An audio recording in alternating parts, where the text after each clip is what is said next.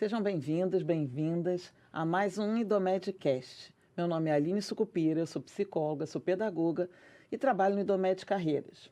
E hoje nós estamos aqui fazendo a abertura do Congresso Nacional de Ligas Acadêmicas e nós estamos aqui para conversar sobre o tema, de abertura do congresso, que é saúde mental e bem-estar na medicina. E estamos aqui com as queridas Carmen, Fátima, vou apresentá-las. Esse é um tema de extrema relevância, para os nossos alunos, para a nossa comunidade, médica.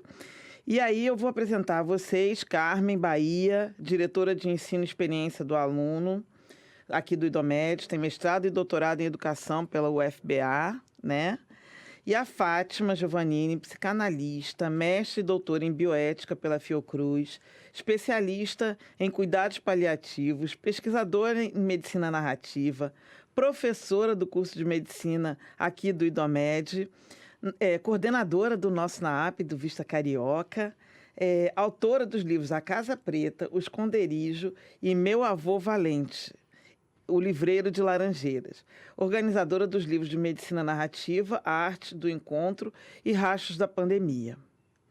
E aí, agora a gente vai aqui fazer uma conversa entre a gente, para a gente falar sobre esse tema tão importante, para os nossos alunos.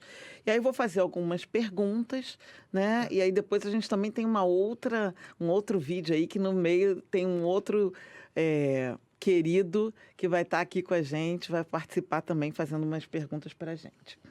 Então, Carmen, vou começar com você. Como você vê a saúde mental sendo trabalhada nas escolas de medicina? Quais são os maiores desafios que os estudantes enfrentam em relação a isso? Muito bom. Primeiro dizer que é um prazer estar aqui. Fico muito feliz do convite para estarmos juntas, cumprimentar a professora Fátima, cumprimentar você, Aline, o IDOMED Carreiras, que vem aí trazendo essas boas novas, sempre para a gente dialogar com os alunos, os nossos professores.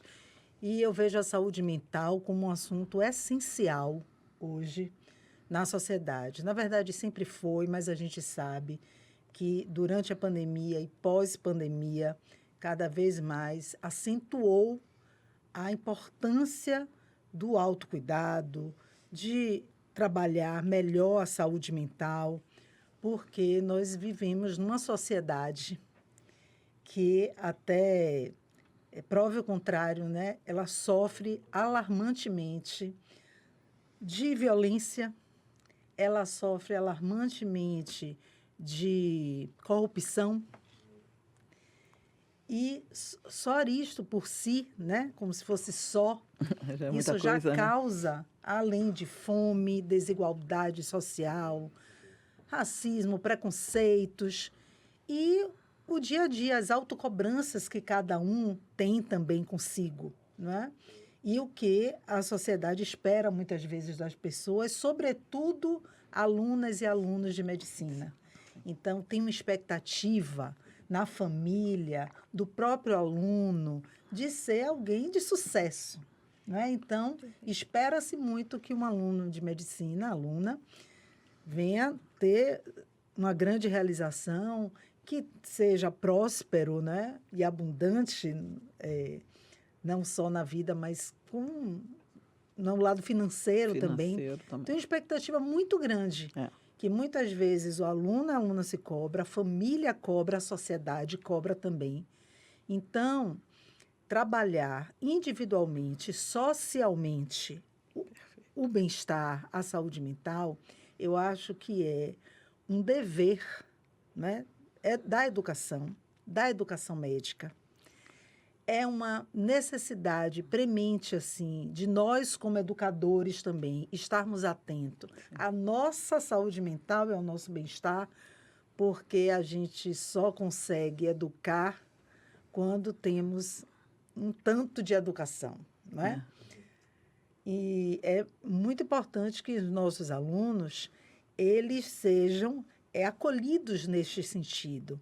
E é por isso que nós temos, e a professora Fátima coordena também, um núcleo de apoio psicopedagógico, onde em cada escola médica nossa, nós temos 17 escolas médicas, Sim. nós temos esse núcleo com psicólogos, psicopedagogos, neurocientistas, pedagogos que estão à disposição para receber esses alunos e buscar orientá-los, porque nem tudo, obviamente, vai ser resolvido no núcleo, na instituição. Mas os alunos podem ser encaminhados, direcionados, uma vez também compreendendo, né, a necessidade, para psicólogos, para psiquiatras. E a gente sabe como é importante a roda de conversas, né, como nós estamos fazendo aqui, como isso também, o ser humano, ele precisa dessa esfera,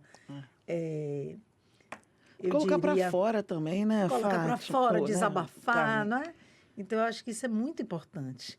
Então, eu fico feliz de nós termos esse olhar atento e do Conlan estar com um tema extremamente relevante dos alunos para os alunos. Exato. Né? Dos estudantes para os estudantes. Exato. Então, isso é muito caro para a gente, saber que todas as nossas instituições estão organizadas neste sentido.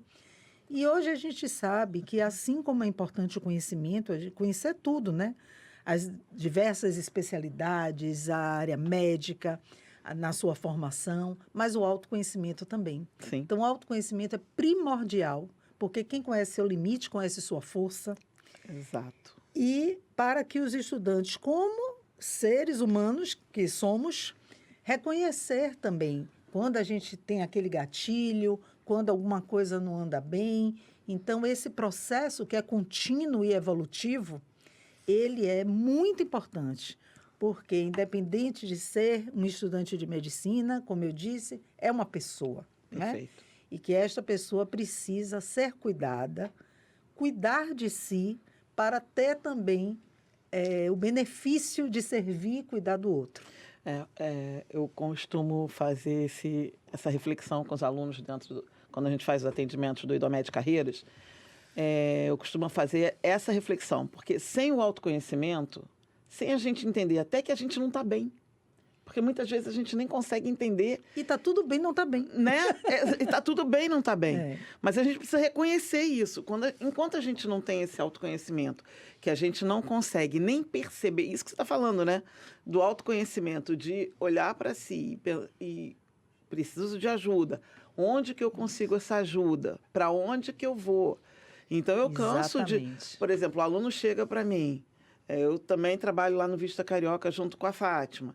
Então, se o aluno chega para mim e eu vejo que não está bem, eu falo, então, vamos procurar pelo NAAP, esse é o caminho. Então, a gente tem recursos, né? Isso. E isso é muito bom, né? E se permitir a sentir-se vulnerável. Sim. Né? Então, muitas vezes, as pessoas, por entenderem que precisam ser ali grandes alicerces e representar muito bem o seu papel, não se permitem a vulnerabilidade. E isso é importante, porque tem dias que chove, mas a chuva passa. É isso. Né? É isso. Vamos lá. Isso. Fátima, primeiro, obrigada por ter aceitado o nosso convite. Eu que agradeço. Maravilhosa. E aí a gente faz uma dobradinha, né? Adoro, toda hora a gente está trocando, então eu acho que esse é o papel, né? O Carreiras e o NAAP. Sim. E Fátima também, às vezes me pede, vou lá, dou uma aulinha com ela, então é uma delícia. Então, Fátima, uma pergunta. Como a saúde mental dos profissionais da área médica foi impactada nos últimos anos, especialmente com as pressões do cenário atual? Você vê alguma mudança significativa no comportamento dos alunos e dos médicos? Bom, Aline, primeiro é uma honra estar aqui discutindo um tema tão relevante, tão caro na educação médica. Obrigada pela oportunidade. Eu acho que para a gente analisar a saúde mental dos profissionais de saúde, a gente não pode destacar o profissional da sociedade, né? Então, a gente vive uma sociedade que, como a Carmen já falou muito bem, que teve um marco que foi a pandemia. Né? A pandemia, ela afetou drasticamente a saúde mental. Primeiro, porque nos deparamos com a morte, cara a cara. A gente vem, né, no dia a dia tentando manter a morte distante. A pandemia trouxe a morte aqui para o lado o tempo todo. O segundo ponto que afetou muito a saúde mental foi a tecnologia. Né? Todo mundo hiperconectado, O tempo 24 todo, né? horas, se quebrou o limite. Né? Já não se tinha muito limite mas pela nossa sociedade, mas acho que a pandemia também trouxe essa marca. Né? Então, trabalha-se 24 horas, a qualquer momento eu estou aqui conectada no WhatsApp e no computador. E isso reforçou ainda mais o que a gente chama hoje da sociedade do cansaço. Né? A gente tem um filósofo sul-coreano que fala muito sobre a nossa sociedade, que é a sociedade do cansaço, que é a sociedade do desempenho, do alto desempenho, da produção. É uma sociedade que acha bonito falar assim, nossa, eu não tenho tempo para nada. Né? Valoriza isso. É uma sociedade que não tem limite. Né? Então, quando a gente fala da saúde mental do profissional de saúde, não é muito diferente dessa saúde mental que a gente vê na sociedade de uma maneira geral. Então, o profissional de saúde foi muito demandado, foi colocado num lugar sem aviso, né? Sem aviso prévio, né? Foi colocado nesse lugar. E a gente tem um agravante, eu sempre falo assim, o profissional de saúde, ele não é diferente na sua manifestação psíquica, do seu sofrimento psíquico, das demais pessoas da sociedade. Mas ele é diferente, a gente pode dizer que ele é diferente na forma como ele lida com o seu problema. A gente, infelizmente, ainda tem uma cultura que até combina com essa sociedade, que é da fortaleza, né? Que você já falou muito bem. Então, é feio ficar frágil, né? É feio falar que está precisando de ajuda. E eu acho que na área médica, infelizmente, eu batalho muito isso com os estudantes para que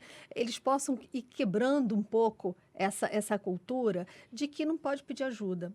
Né? Existe uma barreira, né, do profissional, do médico para o paciente, uma barreira invisível. Então, eu não posso passar para esse outro lado, porque se eu passar para esse outro lado, eu estou mostrando a minha fragilidade. Eu me vulnerabilizo, né? Exatamente. E é tão importante essa percepção da vulnerabilidade, porque eu só vou poder lidar com a fragilidade do outro se antes eu reconhecer as minhas fragilidades, né? Como você também trouxe.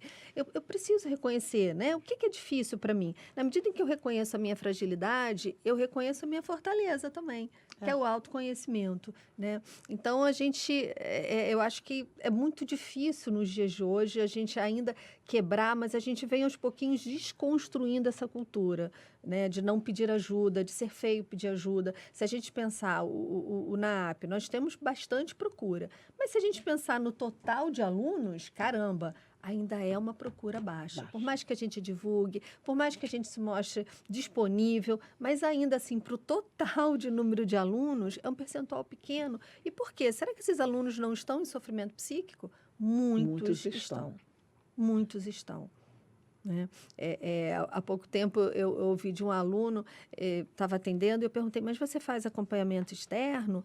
Faço, mas não fala isso para ninguém. Eu falei, não vou falar primeiro, porque o que a gente conversa aqui realmente não se fala. Mas eu falei, poxa, mas qual seria o problema, né, de um colega seu saber que você faz um acompanhamento, né? Isso é um sinal de saúde mental, você reconhecer que você precisa de ajuda, né? Então, eu acho que é isso. A gente deve analisar dentro desse contexto, que é o contexto da nossa sociedade.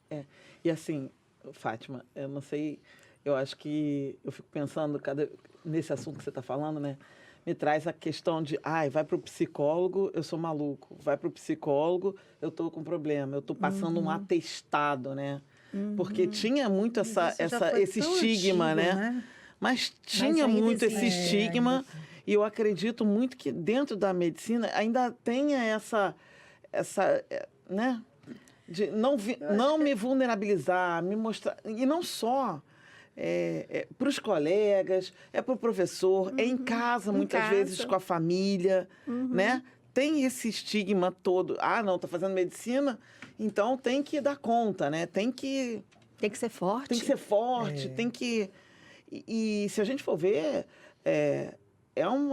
o estudo é muito pesado, né? Sim. Uma prática... demanda, a graduação é uma demanda muito robusta, né? De conteúdo, Então, de entrega, né? De entrega assim como mesmo, a prática né? também, né? Porque ele sai da faculdade, que é uma faculdade, uma graduação dura, pesada, mas ele vai entrar numa realidade que também é muito pesada. Que também é muito pesada, exatamente. E tem uma coisa que nos preocupa, né?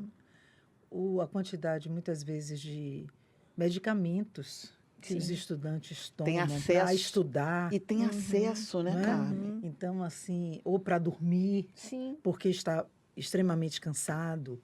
Ou para estudar. Ou para estudar. E aí cria um ciclo vicioso, Toma né? remédio para estudar, aí depois toma remédio para dormir, porque tomou remédio para estudar. Então, uma série de coisas que as pessoas... Para viver, acaba tomando remédio para viver. E aí, isso que vai alimentando a energia, né? Isso aí. E adoecendo, né? E porque aí ele toma esse remédio traz algumas consequências, e aí ele toma outro para tentar sanar os efeitos da medicação, e aí vai, né? E aí não é nenhuma crítica, não é? Mas é uma reflexão, porque são jovens, mesmo que não fossem também, para ficar atento, né? Porque se a gente está falando de saúde, de cura, há de se refletir sobre isso que muitas vezes é feito, principalmente com alunos de medicina, que muito nos preocupa. É verdade. E aí, já entrando na pergunta seguinte, né? Como é que a gente consegue identificar até onde vai aquele estresse natural e até onde você começa a dar sinais de saúde mental abalada? Até onde? Como é que a gente consegue identificar? Claro. Eu acho que a gente precisa lembrar, assim, que um tanto de ansiedade e, às vezes, de medo tem uma função que é normal, né? Então, eu vou fazer uma prova, eu tenho uma disciplina que é muito difícil, tem muito conteúdo. É relativamente normal você sentir um tanto de ansiedade, de medo, porque isso te cria um alerta. Poxa, por exemplo, eu tenho que estudar muito para essa disciplina, né? Ou, olha, eu tenho mais dificuldade com isso aqui, eu vou ter que estudar muito, né? Isso é natural. A partir do momento que isso cresce e te paralisa, né, e começa a te paralisar, começa a te impedir de fazer determinadas coisas do dia a dia, né? Então começa a afetar drasticamente o seu sono. É claro que até acho que tem um exemplo interessante, uma aluna que estava me falando essa semana, que ela dorme, né? Ela estuda até um determinado horário, e ela dorme. E ela dorme, muitas vezes, sonhando com a matéria, e aquilo é um estudo para ela. Eu falei, gente, não é possível. Não é possível. Não, professora, mas eu acordo lembrando de coisas, e é como se eu tivesse estudado, né? Então, assim, para ela aquilo funciona e ela vai bem. E ela vai bem, porque isso funciona para ela. Agora, a partir do momento que a ansiedade me paralisa, né? Porque a ansiedade, num nível mais alto, ela vai me impedir de concentrar, ela vai me impedir de lidar bem com as pessoas, ela vai afetar o meu humor, ela vai prejudicar o meu desempenho, né? Então, a partir do momento que paralisa, né, que desencadeia uma crise, quantas vezes o aluno tem uma crise que não consegue concluir a prova? Ele fala, poxa, professora, eu estudei tanto para essa matéria e pior que eu sabia, né? Ou então aquele aluno que não consegue preencher quando você vai ver... Fulano, você não botou seu nome. Nossa, como é que pode, né? Está completamente ali, transtornado ali com aquela prova, né? Então, isso é um sinal, né? Vai afetar o apetite, vai afetar o humor, vai afetar o sono e vai afetar a aprendizagem e o desempenho dele, né? Tanto a ansiedade quanto a depressão, né? Quer dizer, um humor que vai persistir, um humor baixo, né? Que vai persistir por mais tempo. Perfeito. É importante a gente estar atento, né?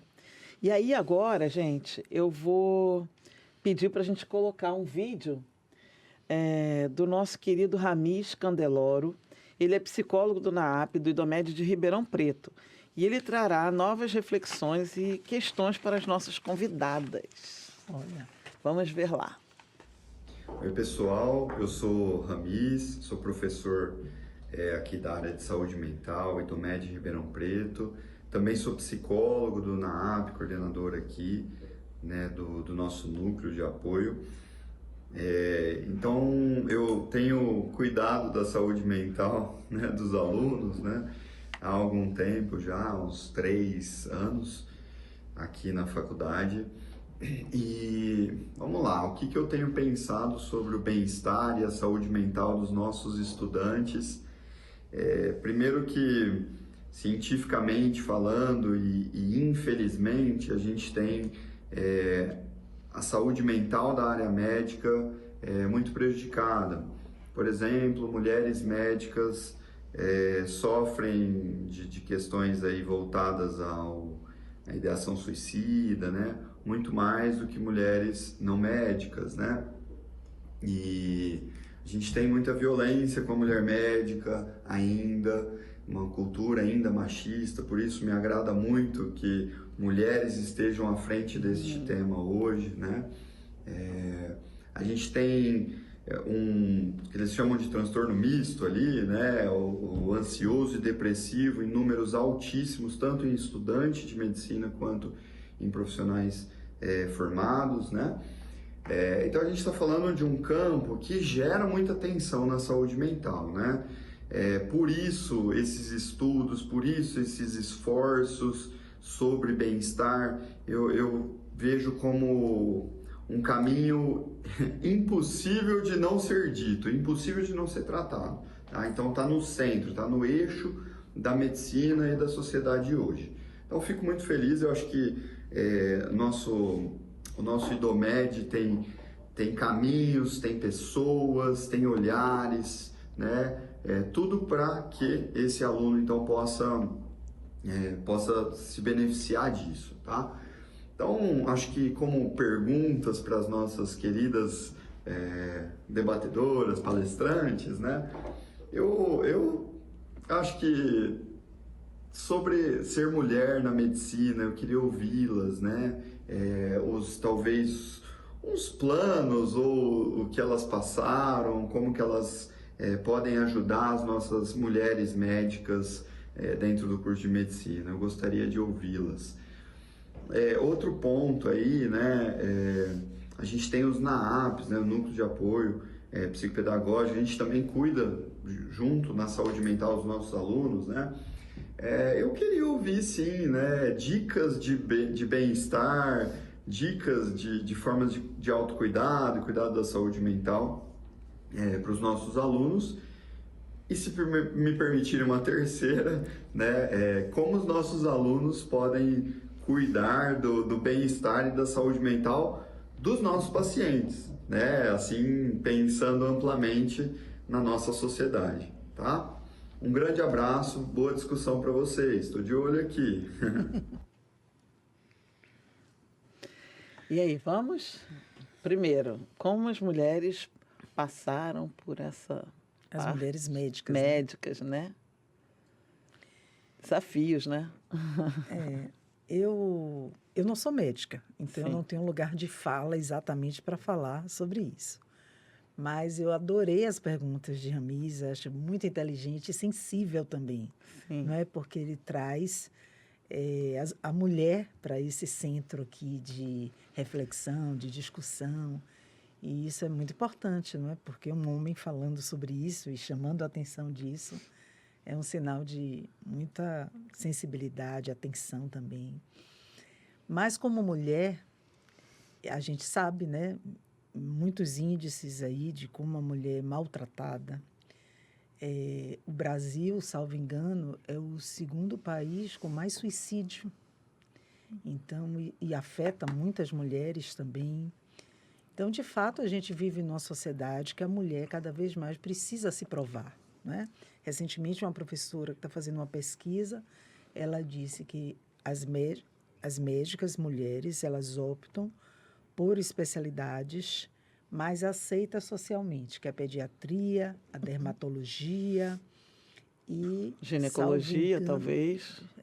Acho que sim, é a ginecologia. A terceira eu esqueci. Não sei se ginecologia ou se ortopedia. Não lembro agora a terceira. Agora está crescendo muito.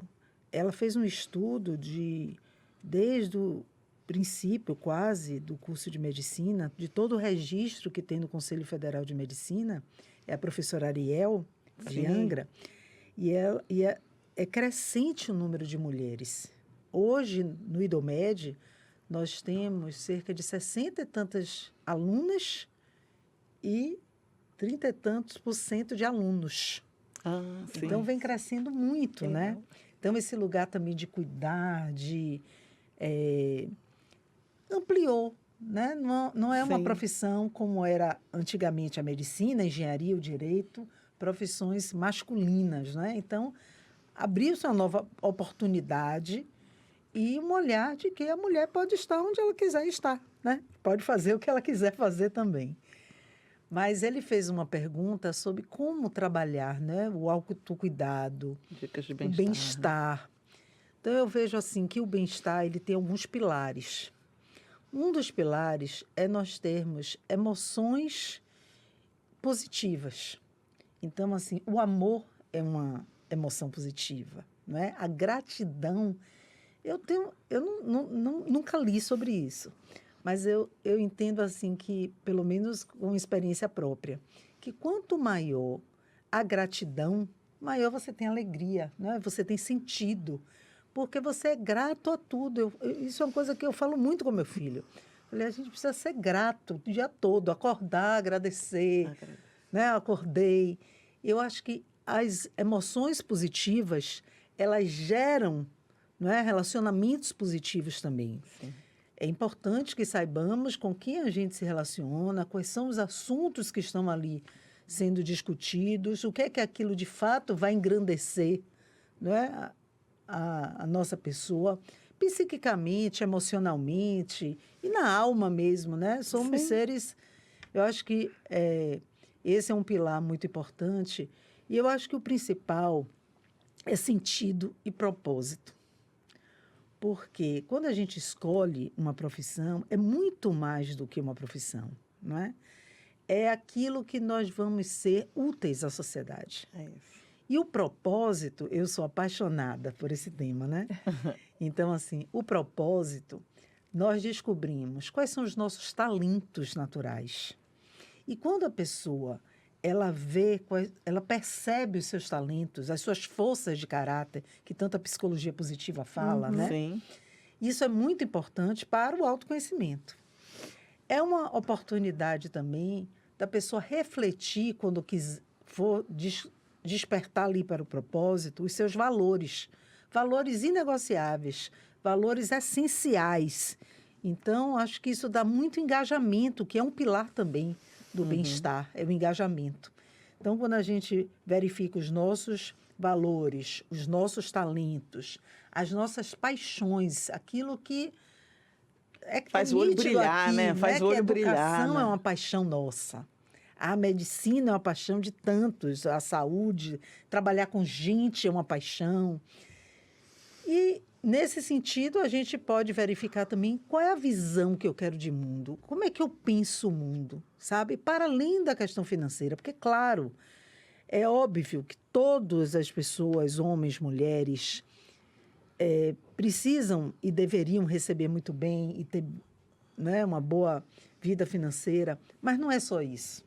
Quando também a gente coloca isso à frente, não vai bem, porque é uma consequência. Claro que é importante, mas isso não é causa. Isso é efeito, né, de causas bem construídas. Então, é importante a gente saber assim, a visão de mundo que a gente tem, que mundo que a gente quer, sabe? Por que eu estou fazendo medicina? E qual a contribuição que eu quero dar para esse mundo que eu quero construir, que eu quero ver, né? E eu, como mulher, como eu também me relaciono com as outras mulheres, não é? Como eu elogio outra mulher, como eu fortaleço outra mulher. Então, assim, tem coisas que eu ia dizer assim, não sei nem se usa mais essa palavra, viu? Cafona. Não sei se é cafona falar que é cafona. Mas eu acho tão cafona essa coisa da disputa, sabe? No gênero. Eu acho tão forte, tão potente a mulher apoiar outra mulher na condição que ela tiver, sabe? Sim. Porque isso dá, sabe? A gente é suspeita, né? Nós somos mulheres. E tudo parte aqui, né? Tudo parte por aqui. Então, assim, eu acho que trazer essa visão positiva para a vida, sabe? Essas emoções positivas, bons relacionamentos, propósito, sentido de vida, são pilares essenciais para qualquer ser humano, todos os seres humanos, terem ali uma visão melhor. Claro que a gente está falando muitas vezes de um lugar privilegiado. Sim. Mas, uma vez, eu trabalhava numa instituição onde todo mundo chamava educador e educadora. Uhum. E foi muito interessante que a moça que estava servindo o cafezinho, ela disse assim, eu também sou educadora. Aí eu falei, claro que a senhora é educadora. E ela disse assim, mas sabe quando é que eu me sinto educadora mesmo? Eu estou fazendo o cafezinho e estou lembrando que isso vai fazer a senhora trabalhar melhor. E trazer o açúcar, e trazer... E eu já vi outras pessoas dando esse depoimento. Eu falei, gente, isso aconteceu comigo. Eu já vi gente falando assim. Então, quando a pessoa, por mais que pareça simples ou simplório, né? Mas cada um tem um sentido e um valor, sabe? Todo mundo. Eu vejo as pessoas aqui, as pessoas que limparam aqui, sabe? São pessoas, poxa, senão nós não estávamos aqui, né? Felizes, trabalhando. E a gente precisa dar valor também a essas pessoas, e geralmente são mulheres que estão nesse papel ainda. Né? Fazendo trabalhos mais domésticos. É verdade. É isso. E agora, você? Bom, vou começar falando da mulher. Né? Eu também não sou médica, né? Sou psicóloga, sou psicanalista, mas trabalho há muito tempo com estudantes de medicina e também com médicas, né? Nos hospitais que eu já trabalhei. Mas vou focar mais na faculdade, né? Assim, que bom que a Carmen me trouxe uns dados assim mais estatísticos, porque eu tinha uma intuição, né? Eu olho para a minha turma, a maioria é de mulheres. Né? E eu acho que isso traz uma marca muito diferente, né? Essa mistura, esse feminino muito presente. E acho que se a gente pensar, né, até no princípio da equidade, eu acho que elas precisam de algumas coisas diferentes, né? De uma certa proteção. Por exemplo, uma coisa que eu sempre observei, eu já tive algumas alunas que foram com bebê para a aula. Né? E é uma graça, né? Eu pego, seguro, dou aula, o bebê vai de mão em mão, aquela confusão toda. Eu nunca vi um aluno homem levando bebê, levando filho. Eu só vejo mulheres. Alunas mulheres, né? Então, acho que isso acende uma luzinha, né? Que lugar é esse? Que batalha é essa? E o quanto a gente precisa apoiar isso, né? Dar as mãos, não soltar as mãos. Né? Então, acho que tem um cuidado que é diferenciado, que a gente tem que ter. Né? A outra coisa que o Ramis, o outro ponto que ele perguntou é dicas de bem-estar. Né? Eu gostei muito de uma coisa que você falou, Carmen, do amor e da gratidão, e eu acrescento a generosidade. Perfeito. Né?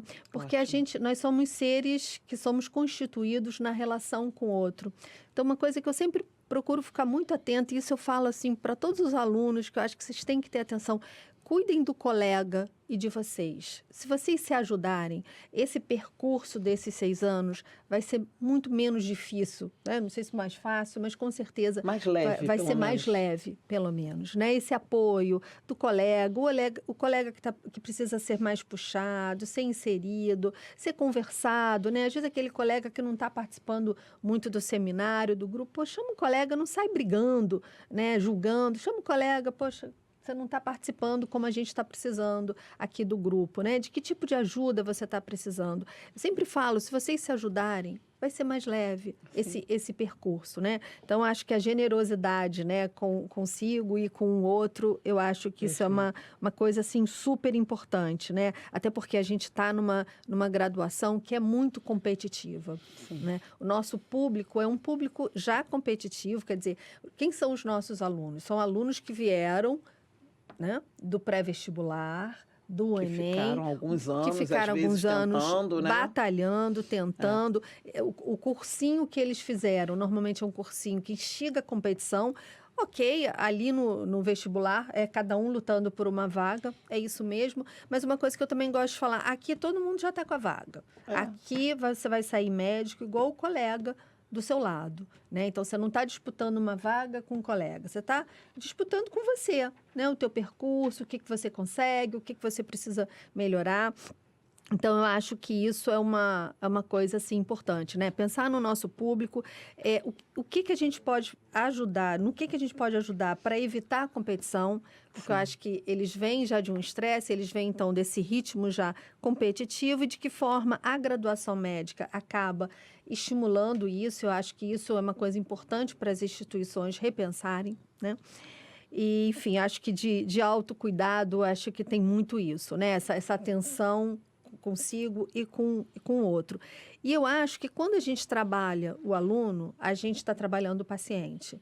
Esse aluno que é acolhido é o aluno que vai conseguir acolher o paciente. Então, indiretamente, a gente tem um papel fundamental na relação médico-paciente. Né? Esse aluno que é acolhido, que é escutado, quando eu demonstro, eu como professora, né, o professor demonstra que a história dele é importante, eu estou passando uma mensagem para ele, né, o tal do currículo oculto, de que, olha, a história do seu paciente é importante também.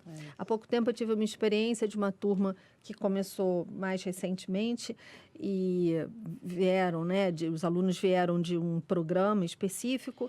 E, assim, conteúdo atrasado, né? Porque começou depois, mas no primeiro dia eu falei assim, não vou dar conteúdo nenhum. Eu quero ouvir as histórias deles. E aí entrei, a aula passou da hora, né? Cada um contando a sua trajetória, eu contando a minha, ele contando a deles. Uma choradeira danada, porque histórias muito bonitas, né? E aí, no final, eu falei, vocês entenderam por que eu não dei conteúdo, apesar da gente ter que correr depois com conteúdo? Não, professor, entenderam, porque eu quero que vocês valorizem as histórias dos pacientes. Então, quando a gente acolhe, quando a gente escuta, a gente está ensinando vocês da importância de escutar a história do paciente. Isso já é um grande conteúdo. E não é? E é a tal da empatia, né? Que a gente precisa Isso. Colocar o outro também em evidência, poder escutar o outro, poder... Eu nunca vou saber o seu caminho, mas eu estou aqui com você e eu estou te escutando, né? É isso. E quando você sabe algum dado do meu caminho, alguma história do meu caminho, isso nos aproxima. Isso nos aproxima. E permite uma relação, né? Com menos julgamento, talvez, né? Porque é isso. Porque eu percebo, assim, você trouxe, né? A questão deles já chegarem num trabalho de grupo e aí, às vezes, estão irritados com aquele que não consegue colaborar tanto. Mas, e aí? Se eu quiser realmente escutar a história daquela pessoa, por que ela não conseguiu contribuir naquele momento? O que está acontecendo? Tirar um pouco do julgamento e chegar um pouco nessa escuta, né? Da empatia, de poder... Da colaboração, né? Até para poder perguntar, né? Como é que eu posso te ajudar? Né? Essa pergunta, como é que eu posso te ajudar? E o outro deixar ser ajudado também, porque tem pessoas que têm dificuldade, né? Em pedir ajuda e deixar que o outro também ajude, né? É verdade. Eu acho que a gente vive numa sociedade competitiva, mas eu acho que a gente está trabalhando muito também para que seja colaborativa. Sim. Né? Então, é importante que sejamos colaborativos um do outro, porque ninguém dá conta de tudo e ninguém vive só. Né? Viver é relacionar. É o verdade. tempo todo a gente está se relacionando. A vida se prova por esse movimento e pelas relações, com tudo, né, que a gente estabelece. Carmen, como é que você acredita que... A gente já está falando um pouco disso, né? Mas como é que o autocuidado pode ser incorporado na rotina dos alunos de medicina? Olha, eu creio, entendo, né, que como vida, assim, tem um ponto muito relevante, que é a presença. Estar presente. Isso para qualquer pessoa. E claro que serve para o aluno, né, o estudante de medicina. A gente está aqui e minha cabeça não está em outro lugar. Isso é um exercício, não é, que a gente faz, são habilidades que nós vamos criando. Então, estar presente, você vai criando o estado de ser pleno. Então, isso é muito importante, que qualquer pessoa busque dar atenção plena à presença. A gente não tem como fugir muito disso, porque o passado passou, né? E é o passado, um tanto de passado, Fátima vai poder falar melhor, que causa uma depressão, não é? Sim. E um tanto de futuro que causa ansiedade. Então, quanto mais a gente esteja presente, melhor. E aí a gente tem práticas, não é? Como a meditação, por exemplo. Que hoje o pessoal tanto fala em meditação, mas pode ser qualquer outro movimento, um exercício de conexão. De presença, né? Um exercício de conexão. Então, assim, o que é que eu diria? Primeiro que, ao amanhecer, abrir o olho e agradeça, né? Para a gente trazer esse estado de gratidão. Depois que tire ali, ó, eu não consigo fazer meditação, mas muitas vezes a gente fica pensando assim, eu não consigo sentar 1 hora, mas ninguém está falando que é preciso sentar 1 hora. Busca fazer um exercício de 1 minuto. Daqui a uma semana, de 2, de 3. E aí, os pensamentos não podem tomar conta da gente a ponto de serem maiores que a gente, né? A mente, o nome já diz, né? Mente para a gente. Então, estar nesse lugar nosso, porque a gente não se despede de ninguém. Eu vou me despedir de vocês, né? E vou embora. Mas eu comigo mesmo, eu não me despeço de mim. Então, eu acho que o estudante de medicina, que ele é um guardião da saúde, né? Vamos dizer assim. Os médicos são aquelas pessoas que buscam promover saúde e só tem cura porque tem doença. Então, é uma forma preventiva de trabalhar e de poder proporcionar também com que seus futuros pacientes, quem está ao seu redor, não é? É você dar o exemplo. E isso não tome como exigência. Sim. Não é? Tome como um cuidado de si, uma amorosidade para si. A gente tem dificuldade, muitas vezes, do auto-amor, não é? E aí do autocuidado, porque muitas pessoas não se sentem merecedoras, mas todos nós somos merecedores. Então, assim, tá no ônibus, fica ali, ó. Tá, sei lá, fazendo uma atividade, é muito importante. Então, eu acho que a melhor forma da gente se autocuidar e do estudante né, ter esse cuidado com ele é cada vez mais ampliar esse estado de presença. Perfeito. E esse estado de presença tem a ver, porque às vezes as pessoas pensam, né, assim, meditação, né? Mas esse, assim, perceber o que eu estou sentindo. Isso. Aconteceu uma determinada situação. O que eu senti com isso? Qual é a emoção? Né? Esse perceber, entrar em contato, né, com os sentimentos, com as emoções, isso já é um avanço, né? Para poder perceber do outro e se conectar com o outro, né? Essa conexão consigo. Me permita, nós temos no nosso quadro de horários áreas verdes. E muitos alunos não compreendem. Ele fica assim, mas por que áreas verdes? Porque isso é saúde mental. É importante. A gente não precisa, como Fátima falou muito bem no início, preencher e ser ali alta performance o tempo todo. Preencher, de 6 da manhã à meia-noite. Não, nós precisamos de momento de lazer, momentos de desconexão. De não fazer nada. De não fazer nada, justamente. Então, as áreas verdes são justamente para proporcionar bem-estar e saúde mental. Mas aí entra naquela cultura, né? Aí entra, não, mas eu vou então aproveitar para estudar aqui. Não, mas, poxa, mas esse é um buraco? Por que já não emenda para eu sair mais cedo, né? Então, assim, valorizem as áreas verdes. E entre em contato, né, com seus sentimentos, com esses momentos. Porque muitas vezes eu vejo lá os alunos, não, eu tenho a minha área verde, e aí eu vou fazer um estágio, vou aproveitar para estudar. É produzir o tempo todo. Produção. E tem uma coisa engraçada, eu pensei agora numa coisa que aconteceu. Há pouco tempo eu comecei a dar uma aula, que é 1 hora. E aí, quando eu comecei, a menina sentou e abriu a marmita. Aí eu falei assim, não come aqui não. Pode ir lá fora, come com calma. Aí ela regalou um olho, eu acho que ela achou que eu estava expulsando ela da sala. Eu falei assim, olha só, você vai ganhar presença, eu só quero que você coma em paz. Com calma. Senta lá fora, come. Mas ela regalou um olho assim, tão espantada. Eu falei assim, a refeição é um horário sagrado. Não sei se porque para mim é um horário realmente sagrado. Eu posso ter o dia super cheio. O pessoal que trabalha comigo até morre de rir. Não, mas a Fátima tem que ter um horário de almoço. Ela falou, não, gente, eu preciso sentar e comer, porque senão a coisa não anda, né? Vai, né? E eu falei assim, não, horário de comer, assim, a refeição da gente, mesmo que seja em 10 minutos, mas é aquele momento que você está ali em conexão com o seu momento de comer. Falei, tudo bem. Quando você voltar, você entra, presença normal. Se você perder alguma coisa, eu te explico depois. Aí ela entendeu, né? Porque eu acho que no início ela achou, tipo assim, a professora está me expulsando da sala, né? Eu falei, de jeito nenhum, come com calma. Mas é isso, né? Como é que vai na produção? Então, nesse buraquinho, provavelmente no horário de almoço, ela foi para uma monitoria, foi fazendo não sei o quê, foi para a biblioteca, e agora eu como na aula. Come lá fora, tranquila, e volta com calma.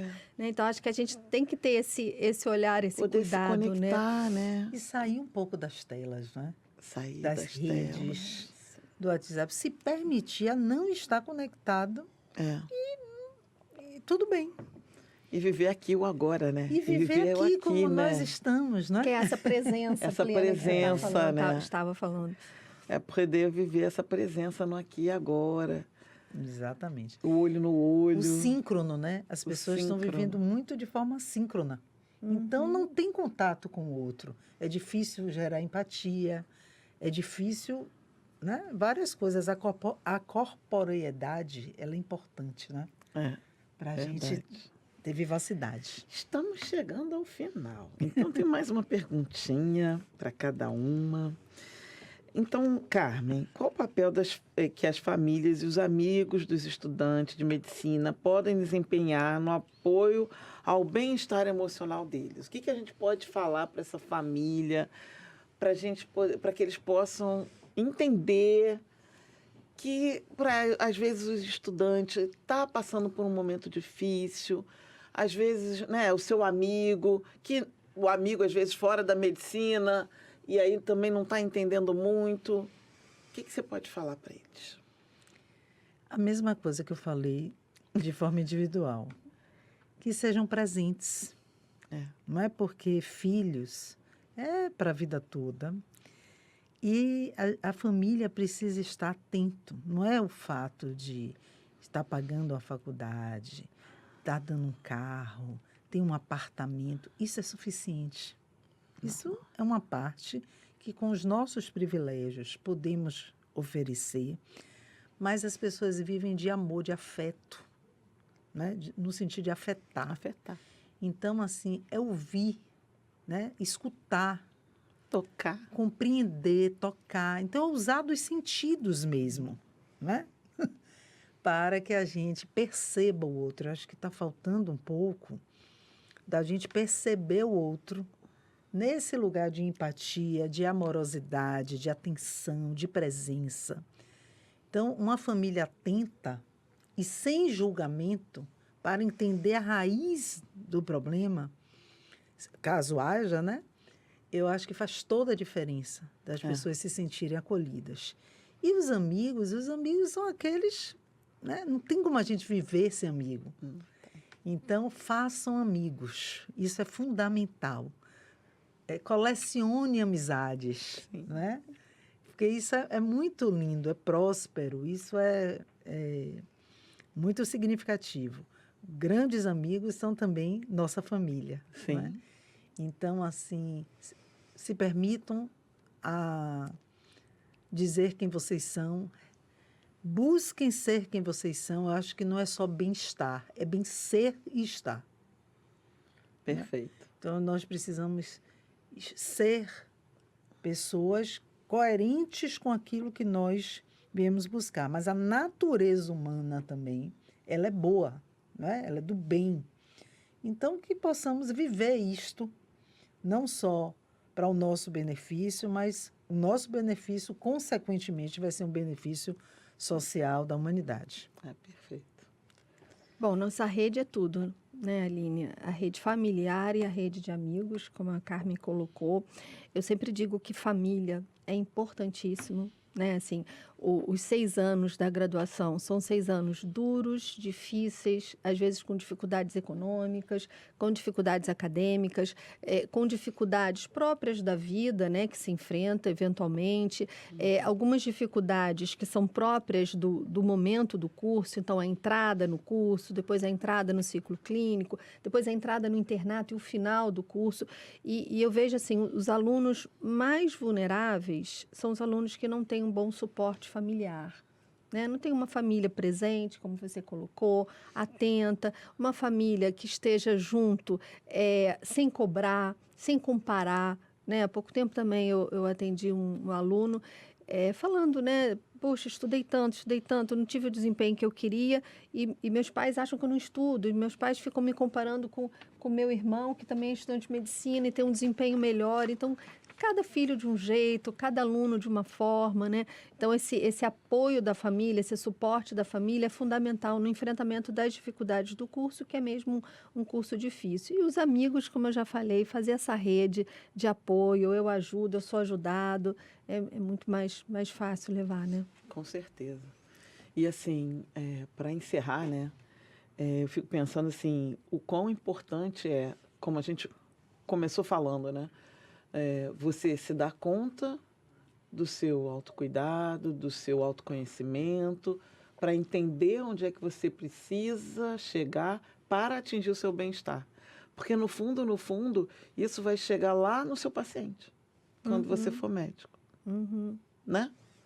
Isso vai se desdobrando. E é um exercício, como Carmen falou, né? Não é simples. Sim. Por quê? Porque a sociedade está te massacrando. Né? Isso que você falou, né? A sociedade do cansaço. Então, você está sendo cobrado o tempo inteiro. Você não pode errar. Não pode errar, tem que produzir falhar o tempo inteiro. E é uma pressão. Então, assim, peraí.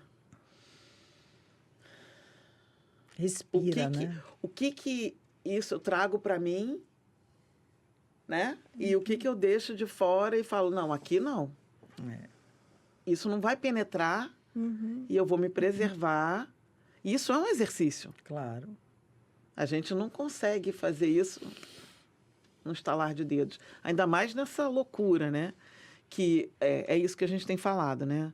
A graduação da medicina é exaustiva. É mesmo, né? É mesmo. Ninguém está dizendo que não é. Né? Por favor, não é essa a questão. Mas, assim, a partir disso, o que eu posso fazer? Com isso tudo aí, o que eu posso fazer, né? Então, eu espero que todos vocês possam ter curtido aqui esse momento.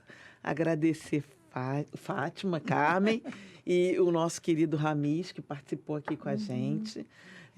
Eu acho que é de extrema importância para que os alunos tenham essa consciência e, a partir daí, vamos desdobrar aí nas ligas e o tema, né, que é desse congresso. Agradecer muito a todos que puderam estar aqui conosco. Muito obrigada e aproveitem o Conlan. Obrigada, Aline. Obrigada, Fátima. Obrigada, Aline.